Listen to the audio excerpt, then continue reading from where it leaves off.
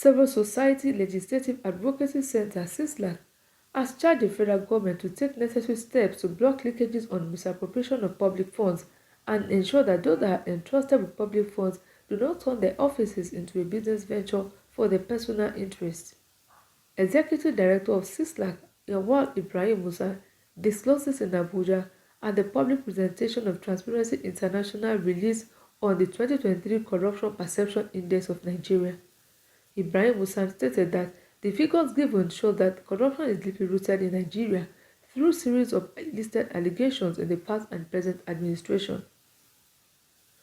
Other stakeholders at the public presentation noted that there are positive achievements as well as negative indices of corruption in the country.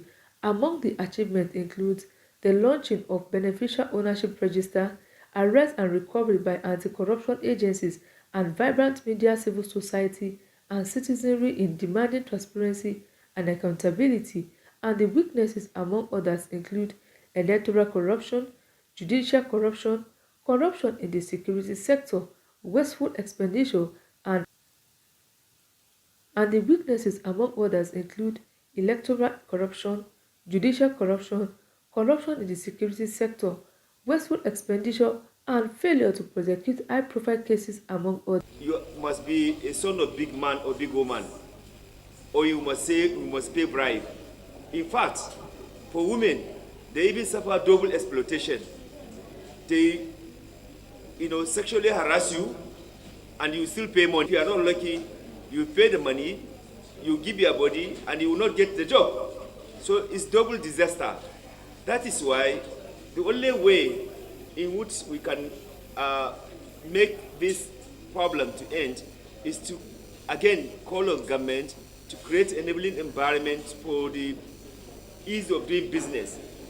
And also, where you have government job, it must be advertised. And that is why you have Federal Character Commission. But they don't even use the Federal Character Commission in providing job opportunities for Nigeria. Corruption agencies also need to provide information on data on their arrests, investigations, and prosecutions, especially of politically exposed persons and high-profile individuals. The next point is on wasteful expenditure. Last year, we saw the removal of fuel subsidy, popularly known as premium motor spirit, which is PMS, and this led to a 220% increase in the price of PMS. In spite of this, public office holders in Nigeria have failed to show empathy or concern for citizens' plight. Rather, we have seen wasteful appropriation and approval of billions of naira for luxury. In their report, it was stated that the 2023 elections did not ensure a well-run, transparent, and inclusive democratic process as assured by the Independent National Electoral Commission. Public confidence and trust in INEC were severely damaged during the presidential poll and was not restored at the state-level elections.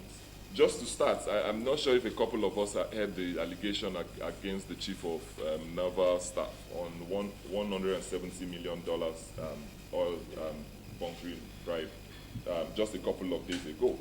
But while that is still in the news, the defense and security sector has accounted for 13.4% of the national budget.